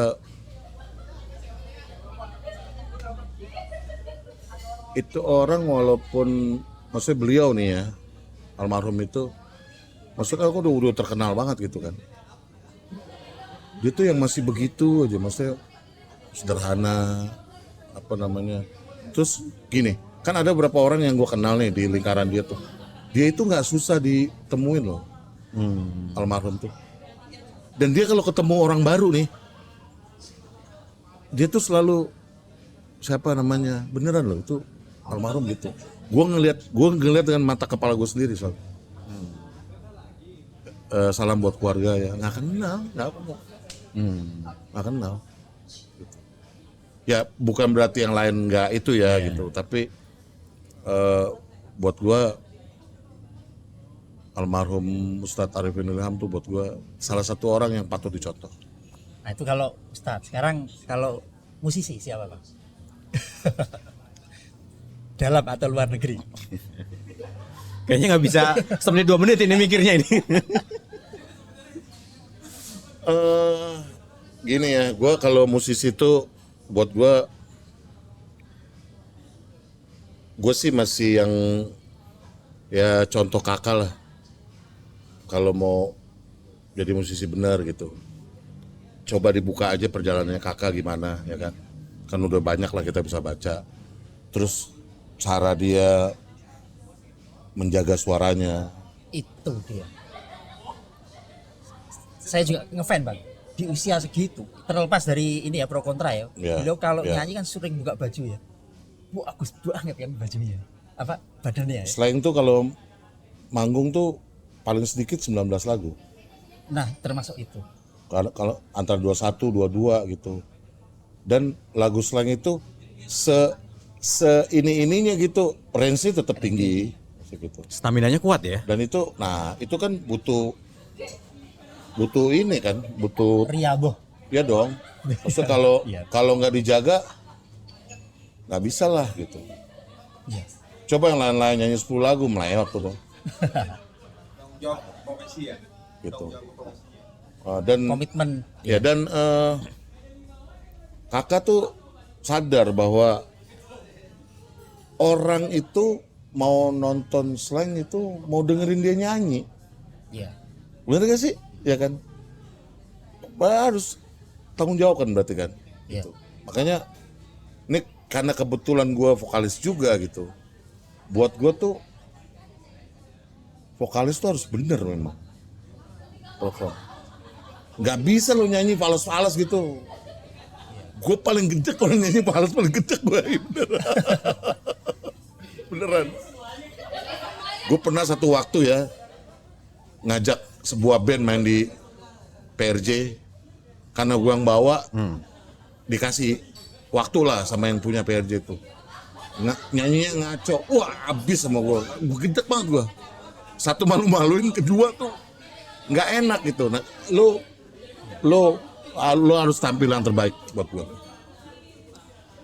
Lo gitar salah dikit, lo masih bisa ditutupin yang lain. Style vokal yang salah. Tapi begitu lo vokal ya, Falas. Fales nih, nggak cun nih. Gimana tuh? Nah, ya kan? Termasuk kalau salah lirik juga ya.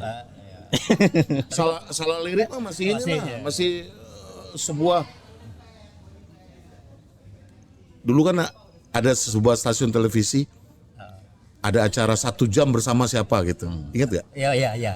Waktu itu ada 1 TV jam One lah ya. bersama Slang. Kalau nggak salah waktu itu MC-nya Nirina, masih baru-baru tuh, ya. Nirina nanya gini ke kakak, Mas kakak kan lagunya banyak banget ya, udah ratusan gitu. Kok ini belum ada prompter nih? Prompter, saya mau nanya itu belum tadi ada itu. nih. Di tahun itu prompter belum Sama ada. nanya itu tuh. Yang ada baru barang itu doang tuh, apa namanya? Manual ya. Matador. Ditanya, Mas kakak, lagunya kan udah ratusan gitu, kok bisa hafal? Kata siapa gua hafal? Gua ada kamus berjalan. Loh, maksudnya itu kru gua maksudnya. Kakak tuh dulu bisa loh, mau nih songnya apa ya awalnya? Kalau gue juga ngeblank. Iya. Selesai gua. Karena ternyata kan band besar punya itu ya. Iya aja. Jagain. Iya, jadi kayak gitu. Makanya buat gue sih vokalis tuh emang harus benar-benar dijaga ya. Dan itu lihat kakak aja deh. Kakak itu contoh the best. Lo ngelihat, maksudnya dijaga badannya, dijaga apa segala macam. Gue nih mungkin gak jadi vokalis, maksudnya sukses gitu karena badan aja gue nggak bisa jaga ya kan. Segede gaban begini ya kan, gimana? Tapi semangat tetap terjaga, Bang. Oh, kalau semangat wah, tenang itu ya kan, gitu. Itu dia yang kalau Kalau luar negeri, nah itu gua masih pegang Mick Jagger. Berapa umurnya Mick Jagger? iya Berapa Mas Rizal? 70 ya. Mick Jagger tuh 70-an Dia nyanyi masih 20 lagu. dan Jingkrak. belum ada loh yang turun satu. Udah turun dia. Tetap begitu dia. Dan dia bisa. Iya.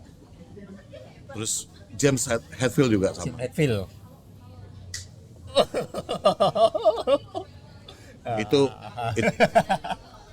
Itu gila juga tuh. Suaranya dia nyanyi Master of Puppets masih begitu gitu ya kan. Meskipun Lars Ulrich kemana-mana. Masih yang Ya. dan kakak tuh masih yang gitu juga suaranya kan. Iya.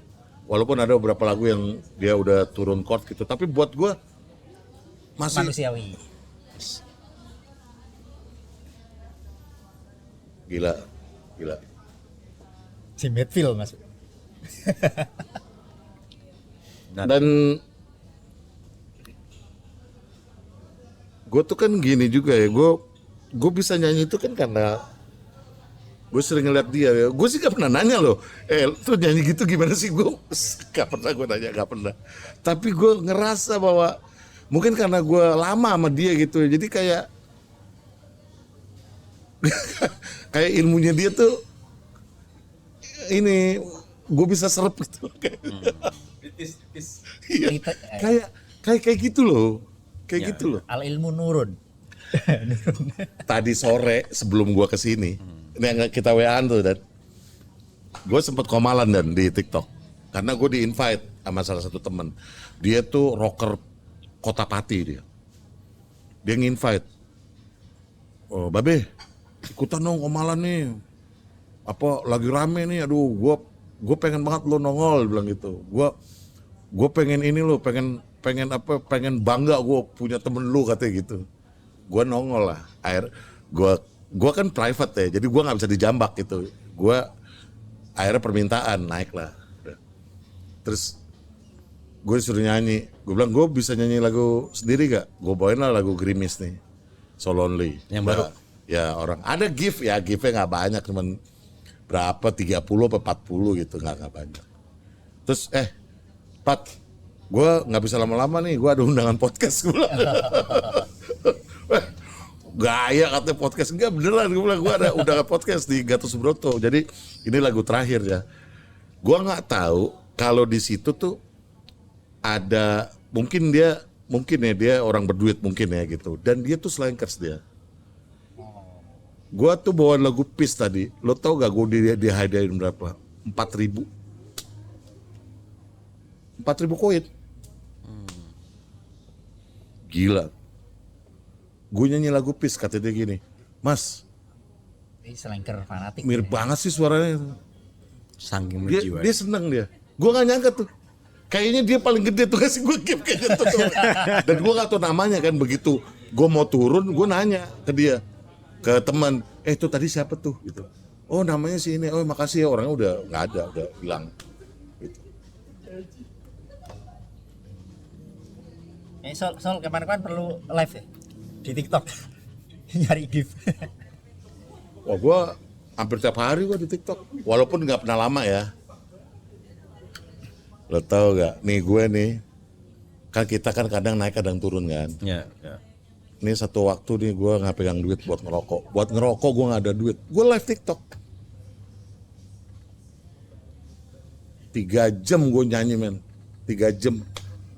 Gue bisa beli rokok tapi alhamdulillah. Ini gue buka-bukaan aja nih. Bener gue nggak bohong. Dan lagunya yang gue bawain lagu slang semua. Orang request apa gue jabanin. Lagu apa gue jabanin. Begitu gift yang gue kumpulin kan bisa ditransfer tuh. Ya. Oh lumayan tuh. Dapat duit berapa ya? 300.000 apa? Ya ngebul. Ya kan? Gitu. Nah mungkin perlu kita syarah ini, kita obrolin lagu Nikmat Tuhanmu yang mana. Ini Request. sabun nuzulnya gimana itu? Iya itu lagu gue tuh dari dulu kan pengen bikin lagu yang religi ya, tapi gue nggak mau yang norak itu ya.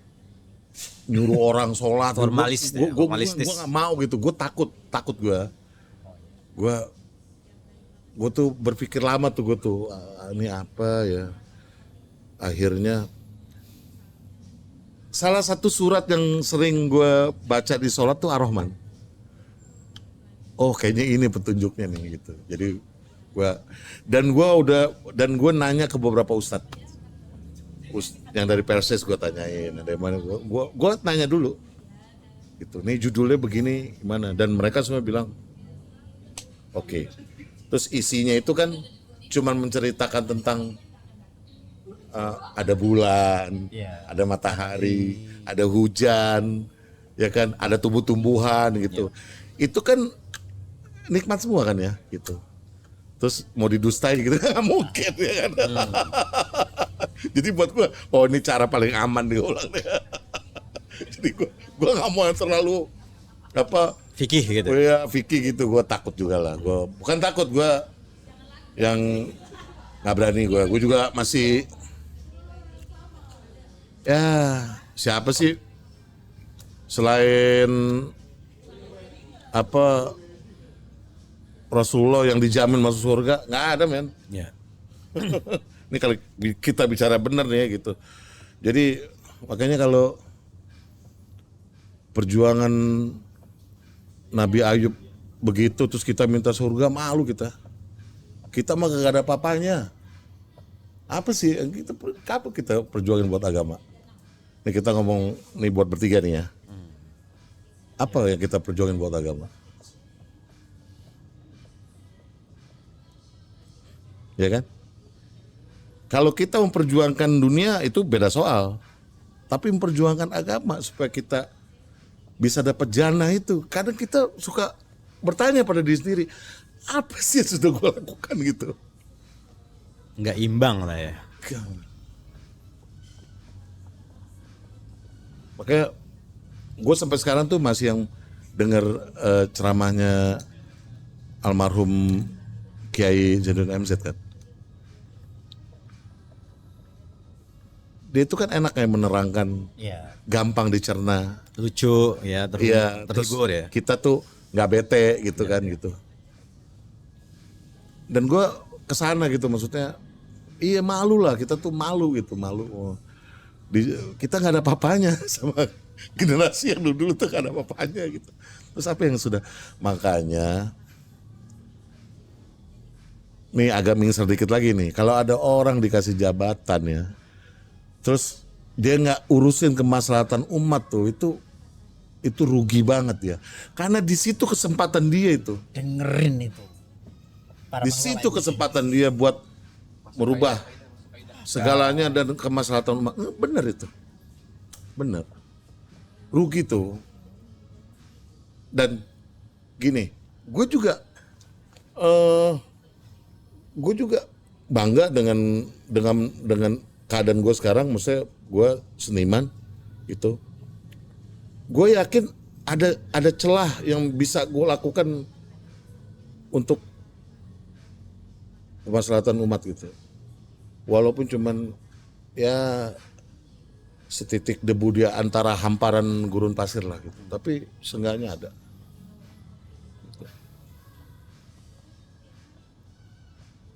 Lo kayaknya lagi mikir juga lo ya. Berat. Tapi saya ingat Bang, soal lagu itu, lagu yang soundtrack kita nih ya. Ingat nggak Om? Waktu pas pandemi ya lagi itu ya, pandemi pas saya lagi sering konser di Clubhouse. Pas mau Clubhouse kemudian nelpon, ini mau launching lagu tapi judulnya agak bermasalah. Nikmat Tuhanmu yang mana? Emang Tuhan ada berapa? Secara bahasa pas nggak? Iya Om. Jadi yang ditanyakan ini nikmat yang mana apa Tuhan yang mana? Iya. Kan judulnya nikmat mana yang engkau dustakan? Gak ada Tuhannya. Nggak ada ya? Gak ada. Oh, iya. Di Haydn. Gak ada. Nggak, dulunya ada mau ya jelas di situ ada pilihan. Pilihan ya. itu. Nah Yang itu dipilih itu hasil dari gue nanya tuh. Gue tuh nanya ya ke ada guru kita tuh namanya Ustadz Miftah namanya, nanya ke dia. Ustadz Miftah ini gimana ini? Sebenarnya kalau mengacu pada Ar-Rahman gitu ada kata Tuhan nggak masalah, emang begitu. Ada rocknya. Nikmat Tuhan yang mana yang kau dustakan, kan maksudnya gitu kan? Ya. Itu nikmatnya, ini Tuhan Nikmatnya. kasih nikmat nih. Ya. Yang mana yang lu mendustain mana? Ini banyak nih soalnya nih, gitu, ya kan? Ya. Gitu. Kalau gini gimana? Ini juga nggak apa-apa, nikmat mana yang kau dustakan, nggak apa-apa. Orang juga tahu kalau itu Ar-Rahman, tahu orang. Ya. Tidak perlu eksplisit ya. Dan kalau masuk ke logika Al-Quran sebenarnya itu termasuk mukjizat Al-Quran, termasuk di ayat itu surat Ar-Rahman itu. Jadi Al-Quran itu kan memang nantang orang Arab ya. Nantang orang Arab itu bangsa yang sangat tinggi selera sastra seninya. Ya. Merangkai kata itu jago.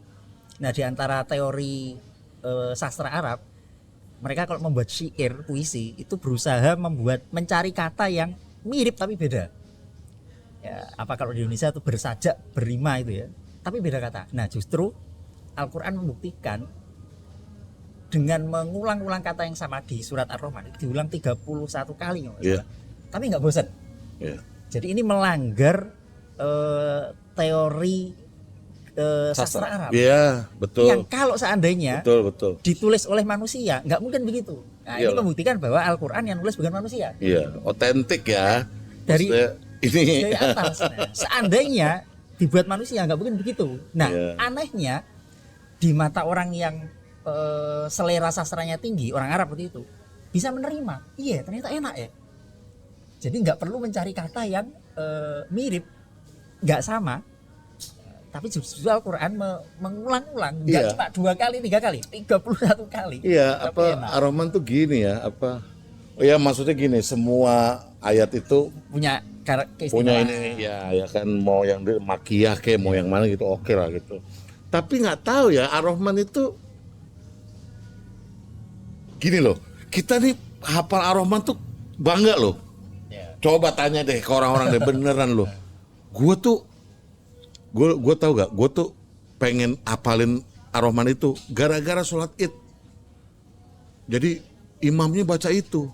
Gue sampai nanya dulu, gue masih kecil, nanya ke bokap, Pak, Surat apa ya? itu berulang, karena berulang-ulang kan, Iya. ya kan, tukang sibana kan diulang-ulang itu. Terus gue nanya, bokap, gini, ntar begitu kelar nih Amir tanya sendiri. Jadi gue diceritain sendiri Tanya langsung. gitu. Gue samperin tuh Habibnya. Kebetulan waktu itu Al-Atos kalau nggak salah ya waktu itu. Gue datengin, Habib mau tanya, oh surat ini, kamu hafalin? Kamu kayaknya ngobrol tuh gitu. Gue hafalin tiap hari tuh kemana-mana gue bawa itu. Gue hafalin sampai akhirnya gue hafal. Gue baca di depan bokap. Pak, coba cek ada yang salah gak? Lulus. Memang untuk mencintai satu ayat tertentu di Al-Quran juga kadang nggak perlu alasan, Bang. Zaman Nabi ada ya, sahabat yang dibaca tuh kulhu aja. Akhirnya jadi tagline-nya Kiai Zahid ini, uhaile. Kulhu aja sukanya. Bahkan sholat juga baca itu. Saya ditanya Nabi, kenapa kamu baca kulhu? Jawabannya enteng, ya suka aja. Nggak tanpa alasan. Jawaban Nabi ada falakal jannah. Surat itu memasukkan Iya. ke surga. Insya Allah sama nanti. Seandainya Bang Amir ditanya Nabi Muhammad, kenapa Bang Amir suka Ar-Rahman? Ya suka aja tanpa alasan. Insya Allah Nabi jawab ada falakal jannah. Dan gue juga kalau baca Ar-Rahman tuh, maksudnya kalau pas lagi jadi imam gitu, gue nggak pernah. Itu buat gue sendiri. Personal ya. Kepanjangan kalau jadi imam ya. Kulhu aja lek kalau jadi imam. Gue nggak kepengen juga ngimam nih ngutuin orang ya kan. Ini lama banget sih dia. Males juga kan, asik sendiri gitu kan, terus Iya. dan di belakang kegerutu ya kan. Itu gue nggak mau juga itu. Memang sebenarnya kalau jadi imam yang pendek-pendek ya, yang ringan-ringan. Iyalah, Rasulullah aja begitu. Iya, ada tempatnya. Kalau boleh tahu, Bang Amir sudah mengarang berapa lagu dan mana yang bagi Bang Amir punya cerita khusus gitu ya? Gue tuh ngarang lagu udah banyak banget ya. Mungkin yang dipakai orang itu udah ada kali sekitar 10-an yang dipakai orang ya. Terus yang gue bawain sendiri juga udah. Gue ngarang lagu tuh udah lebih dari 50 kali. Ada mungkin 60-an gitu. Yang belum rilis juga masih banyak yang gue gitu kan. Gue naik motor nih, nemu nada, gue berhenti dulu. Rekam. Jadi handphone gue tuh isinya tuh voice note semua tuh. Biar gue nggak lupa. Ntar nyampe rumah baru. Dan semua lagu yang gue buat itu 80% lebih itu true story. Gue jarang bikin lagu mengada-ngada tuh, jarang gue. Iya. Mengada-ngada jarang gue. True story kebanyakan. Gue dikata-katain orang bikin lagu. Gue ditolak cewek bikin lagu. Diterima cewek bikin lagu. Itu tuh bahayanya, menyakiti hati Seniman. seniman. Jadi lagu bahaya itu. Dan itu sampai terus loh ya. Terus Gitu. itu. Hati itu.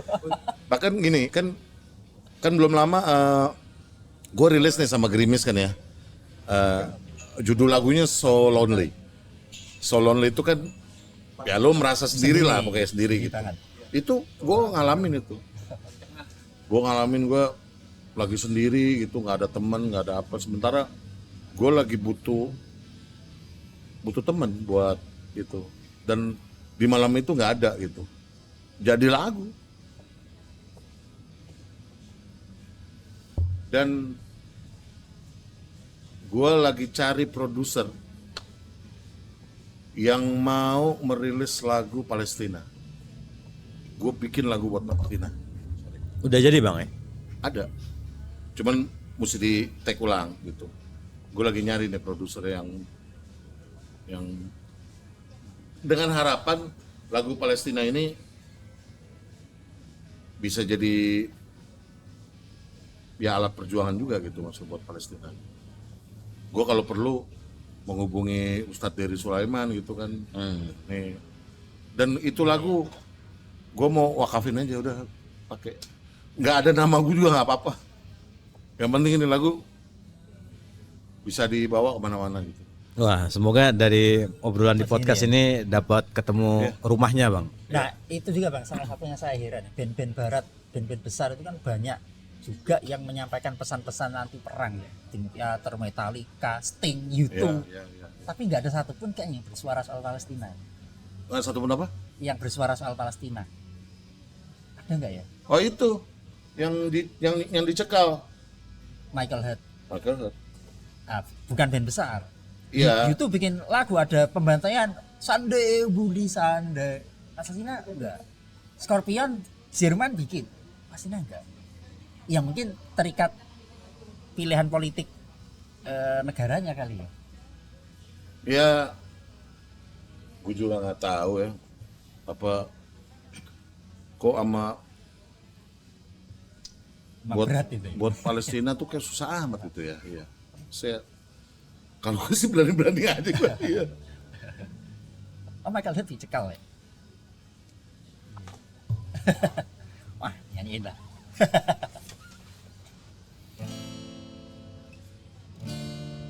Menangis hati ini melihat apa yang terus terjadi. Anak kecil tak berdosa, orang tua dan wanita tak berdaya. Itu salah satu song Palestina. Belum rilis dong. Belum. Jadi gue mesti rekaman ulang.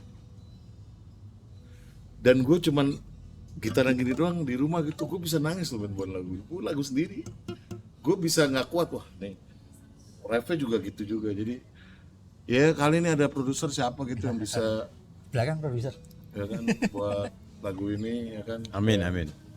Kalau gue benar gue udah wakafin ini lagu. Ya barangkali ada bisa bermanfaat gitu kan buat. Ustadz Diri Sulaiman dan timnya. Dan ya ini adalah pertanyaan gue tadi. Apa yang sudah kita lakukan Untuk agama. agama? Gue berharap itu maksudnya. Oh, oke. Itu loh. Bang jadi bahas juga kan kaidah itu yang kewajiban orang Islam terdekat. Oh iya. Iya kan, Kewajiban gitu. untuk membantu jihad. Ya kan gitu kan. Iya. Bahas lagi. Dia kalau bang bahas aja. Jadi kalau di kewajiban jihad itu kan kalau di fikih gitu ya, itu hukumnya fardu ain bagi orang yang berada di wilayah tempat sedang dijajah. Nah, bagi orang yang di luar radius masafatul qasri, radius zaman, Ya ya. nah, itu fardu kifayah. Jika warga yang berada di dalam itu mampu, maka yang di luar area masafatul qasri itu hukumnya fardu kifayah. Tapi kalau yang di dalamnya nggak mampu, fardu ain, Ya. wajib bantu. Dan ini yang dulu dideklarasikan oleh Hadratus Syekh Hasyim Asy'ari ya sebelum pertempuran 10 November yang kemudian diperingati sebagai hari santri tanggal 22, yang sepertinya sekarang agak keluar dari Ya. konteks. Ya. Di hari santri itu konteksnya jihad, bukan sekedar Seremoni. romantisme kenangkan di pesantren, bukan sebenarnya. Nah kalau Palestina berarti ya tanggung jawab kaum muslimin seluruh dunia. Mereka udah, meskipun toh kata teman-teman yang sering ke sana ya, mental mereka jauh sama mental kita.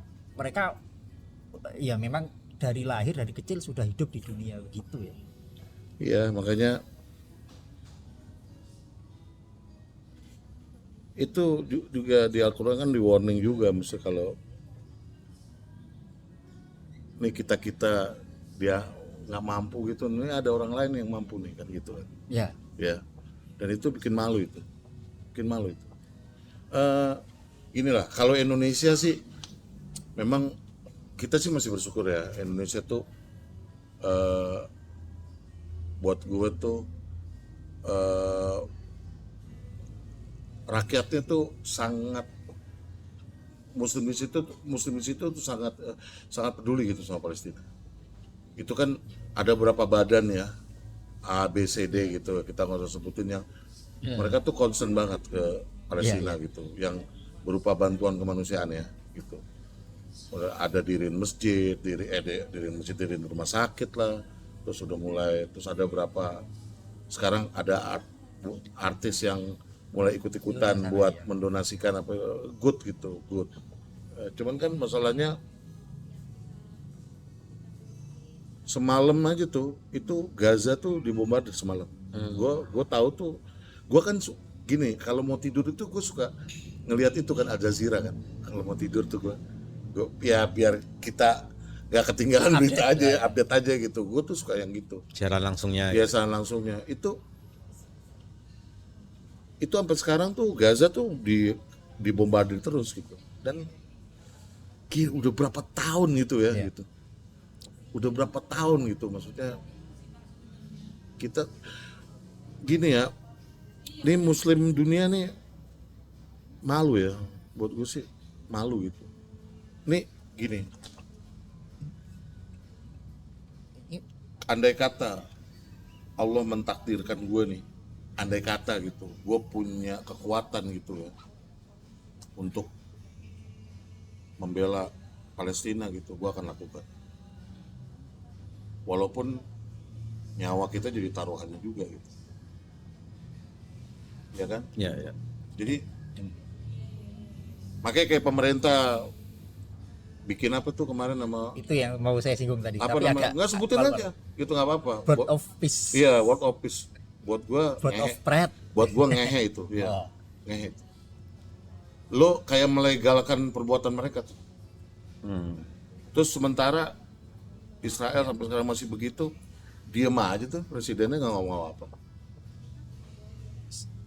Itu kalau kita baca saya lupa di IG-nya ada apa, di YouTube-nya Al Jazeera ya, yang memberitakan soal keterlibatan presiden dengan penduduk muslim terbesar di dunia mendukung BOP. Yang komen tuh rata-rata orang Indonesia dan mengecam semua. Ya, jadi rata-rata isinya ini, oh dia tidak mewakili citizen. Lo suka lihat ini gak? Ada orang naruh foto-foto anak-anak kecil yang udah meninggal di jalan, terus ada orang lewat ngeliat gitu kan. Itu bohong banget, itu mau preman yang gimana nangis lihat itu gitu. Manusianya tergugah ya. Iyalah gitu. Iyalah. Bahkan gue kemarin baca berita tuh mengenai menteri pertahanannya apa kalau nggak salah ya. Jadi mau dibikin undang-undang bahwa udah melegalkan pembunuhan udah. Kalau dia ancaman negara, mau anak kecil bunuh.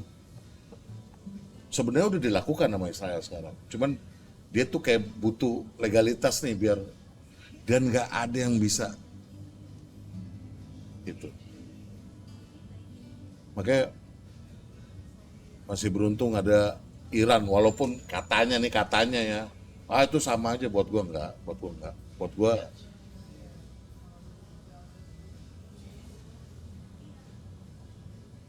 nggak tahu ya, ini nanti ini tapping ya. Tapping. Mau di-cut apa enggak terserah lah ya. Lo nggak usah ngomongin Sunni deh, malu. Yang melawan orang Syiah, malu. Gak usah ngomongin Sunni, bener, gue gedek banget. Manusianya yang manusiaan. Wah Sunni nih, Syiah begini, tai lo, iya bener.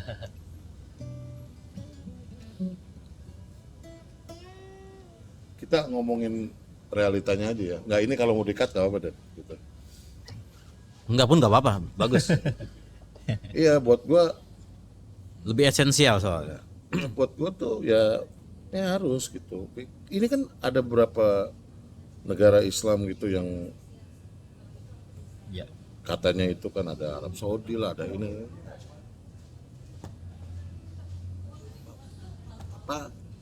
Apa gitu. Ini udah berapa tahun Udah berapa anak kecil yang udah nggak ada ibunya, berapa yang tangannya buntung, berapa yang matanya satu hilang.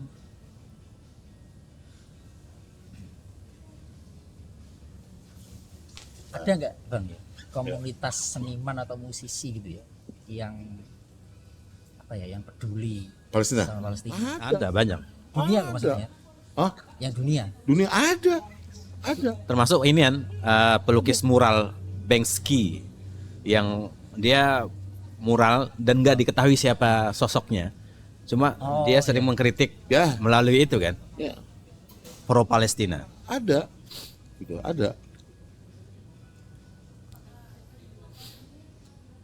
Oke, tampaknya kita perlu membatasi waktu, Bang Amir, agar kita semakin rindu dengan Bang Amir. Suatu saat nanti kita panggil lagi. Namun sebelum itu, Bang Amir, semoga berkenan untuk membawakan satu buah lagu untuk Kiswah Narabala di rumah dan dimanapun. Ya ini lagu itu singkatannya apa Dan ya? Nikmat mana ya? NMYED. ED. Tapi kan dulu jadinya NYD. Ya lagu ini rilis tahun 2021. 2022 Pokoknya pas pandemi. Pandemi ya. Satu-satunya lagu religi ya. Secara formal ya.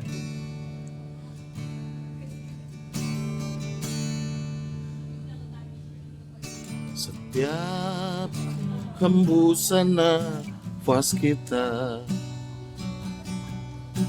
dari tidur dan terbangun saat sinar terang rembulan menerangi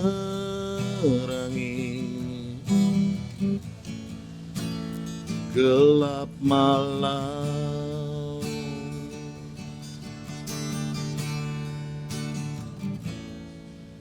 Saat hujan basahi bumi yang menyuburkan dedaunan, tetap sinar terang mentari menerangi langkah kita.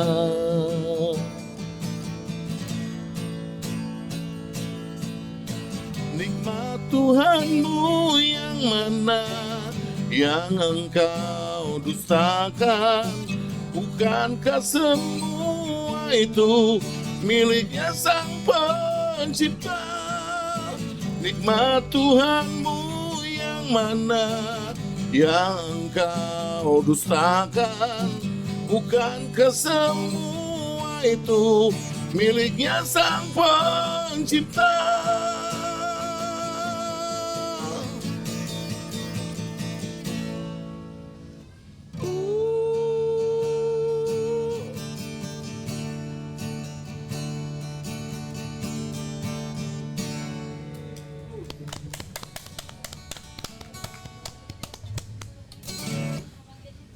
Terima kasih Bang Amir. Nah, Mas. Semoga ini persembahan lagu dari Bang Amir ini menjadi Menginspirasi kita juga inspirasi buat kita. untuk bikin lagu meskipun lewat AI. Dan Bang Amir sudah menyontohkan bagaimana seorang harus profesional di dunianya gitu ya, dengan berbagai macam tadi kisahnya. Semoga menjadi batu bara penyemangat buat anak-anak generasi. Ya, amin amin ya. Amin. Ya, amin amin. Mudah-mudahan juga. Closing. Nah, closing statement Bang Amir, Oh, monggo. closing ya.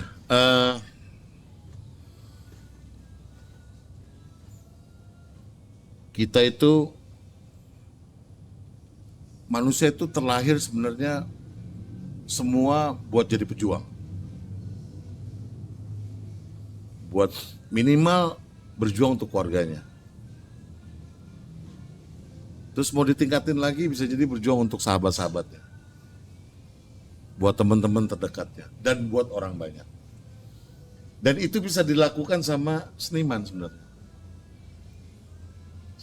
Seniman itu bisa membawa kemaslahatan umat sebenarnya. Contoh paling kecil adalah dia konser yang dagang banyak tuh. Itu salah satu berkahnya ada di situ soalnya. Gitu. Jadi buat adik-adik gue nih yang mau terjun di musik secara profesional, jangan pernah takut. Karena era sekarang itu bahkan jauh lebih menjanjikan ketimbang zaman-zaman kita nih. Zaman-zaman analog nih, kita orang-orang analog nih, ya kan. Zaman digital sekarang lo nggak bisa main gitar aja lo udah bisa bikin lagu. Ya kan? Tapi soalnya tetap beda. Ya gitu. Jadi gue tuh banyak memberi dorongan ke junior gitu, bahwa lo jangan pernah takut untuk terjun ke musik gitu secara profesional. Kalau lo berjuang gigih, insya Allah proses itu nggak bakalan mengkhianati hasil gitu. Jadi semangat ya buat khususnya ya yang di musik, mau ngeband kayak mau solois kayak gitu, buat lu sama aja gitu kan.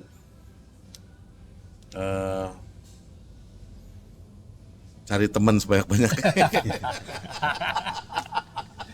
Jangan cari musuh. Itu aja sih dari gue juga berharap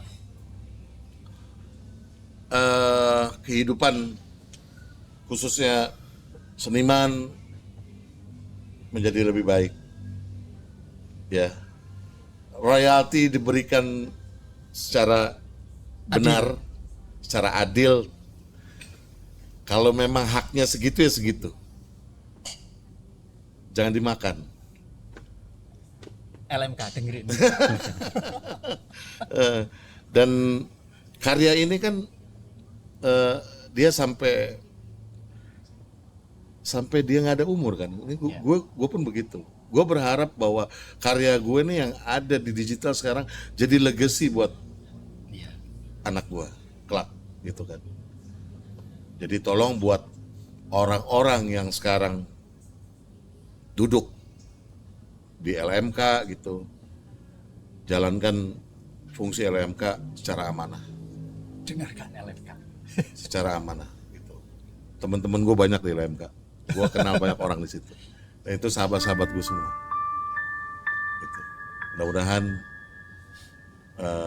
akan menjadi lebih baik lagi untuk urusan seni lah di Indonesia. Gitu. Dan pemerintah juga makin membuka tangan, ya uluran tangan buat seni di Indonesia. Karena dengan seni